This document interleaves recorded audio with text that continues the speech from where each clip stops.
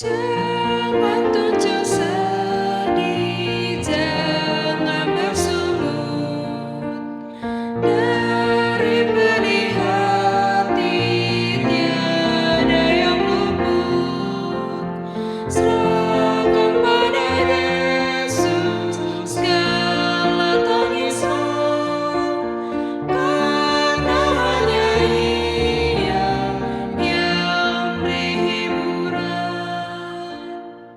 Bawa pada Tuhan keluhmu senang, ceritakan padanya yang mengusirlah. Damai dan kuasa diberi padamu, dan di dalam susah engkau dibantu. Bila engkau sudah dihiburkannya, bantulah saudara dalam sedihnya. Padanya kabarkan kasih dan rahmat. Tuhan tak biarkan yang cari selamat. Shalom pemirsa yang diberkati Tuhan, bertemu kembali dalam seri pelajaran Sekolah Sabat. Sebelum kita melanjutkannya, kita berdoa dahulu. Bapa kami dalam sorga, kami ingin mendengarkan firman-Mu ya Tuhan, berkati firman ini bisa menjadi pedoman dalam kehidupan kami, dan kami bisa menjadi terang bagi orang-orang di sekitar kami ya Tuhan. Berkati dan Yesus, amin. Pelajaran Sekolah Sabat hari Jumat 29 September 2023, pendalaman. Kita menyimpulkan dengan merenungkan Efesus 5:6, di mana kita menemukan bahwa kita gereja adalah tentara Allah yang mengobarkan kedamaian. Di Efesus, Paulus telah menggambarkan gereja sebagai tubuh Kristus. Efesus 1 ayat 22 sampai 23 dan Efesus 4 ayat 11 sampai 16.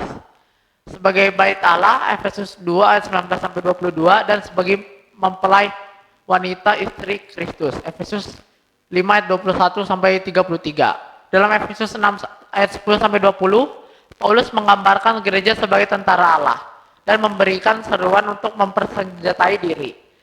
Ini adalah bagian yang memberikan banyak manfaat tetapi juga resiko pemahaman yang salah. Kita dapat salah memahami perkataan Paulus sebagai seruan untuk mengambil senjata militer atau untuk bersikap agresif dalam hubungan kita dengan orang lain. Meskipun demikian, Paulus telah menekankan persatuan, perkataan yang meneguhkan, dan kelembutan hati lihat, khususnya pada Efesus 4 ayat 25 ayatnya yang ke-5 dan ayat yang kedua. Dia menggambarkan kabar baik Allah sebagai Injil damai sejahtera, Efesus 6 ayat yang ke-15. Melalui kiasan militer yang jelas ini, gereja tidak didesak untuk berperang dalam pengertian tradisional. Sebaliknya, kita harus mengorbankan kedamaian dalam peperangan rohani melawan kejahatan. Paulus melangkah ke medan perang, pertentangan besar, dan memanggil kita untuk mendaftarkan diri dalam tentara Allah. Kita harus melakukan dengan pemikiran yang nyata tentang musuh, karena kita tidak boleh meremehkan kekuatan yang dipersiapkan untuk melawan kita. Kita tidak hanya menghadapi musuh manusia, tetapi pemerintah-pemerintah, melawan penguasa-penguasa, melawan penghulu-penghulu dunia yang gelap ini. Melawan roh-roh jahat di udara, Efesus 6 ayat 12. Dipimpin oleh seorang jenderal yang cerdik, iblis. Efesus 6 ayat yang ke-11.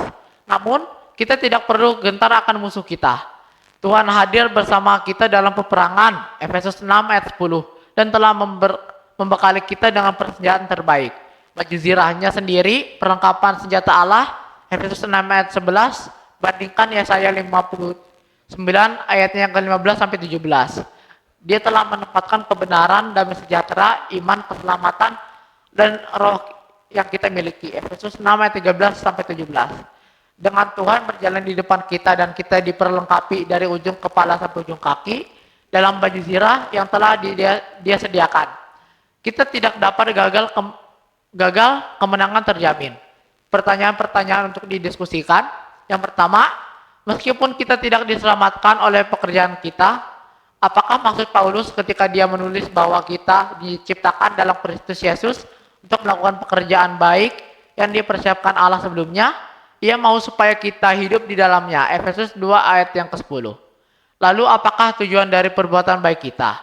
Yang kedua, Paulus menuliskan,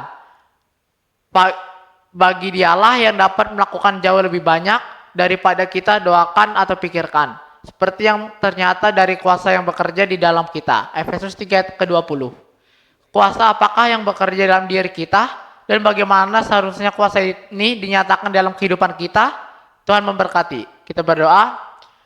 Bapa kami dalam surga, kami sudah mendengarkan firman-Mu, Tuhan. Berkati melalui firman yang sudah kami dengarkan ini, bisa menjadi berkat bagi kehidupan kami, dan kami bisa menjadi terang bagi orang di sekitar kami, Tuhan. Berkati juga pemirsa yang sudah menonton, berkati mereka dalam kerohaniannya dan dalam kehidupan, ya Tuhan.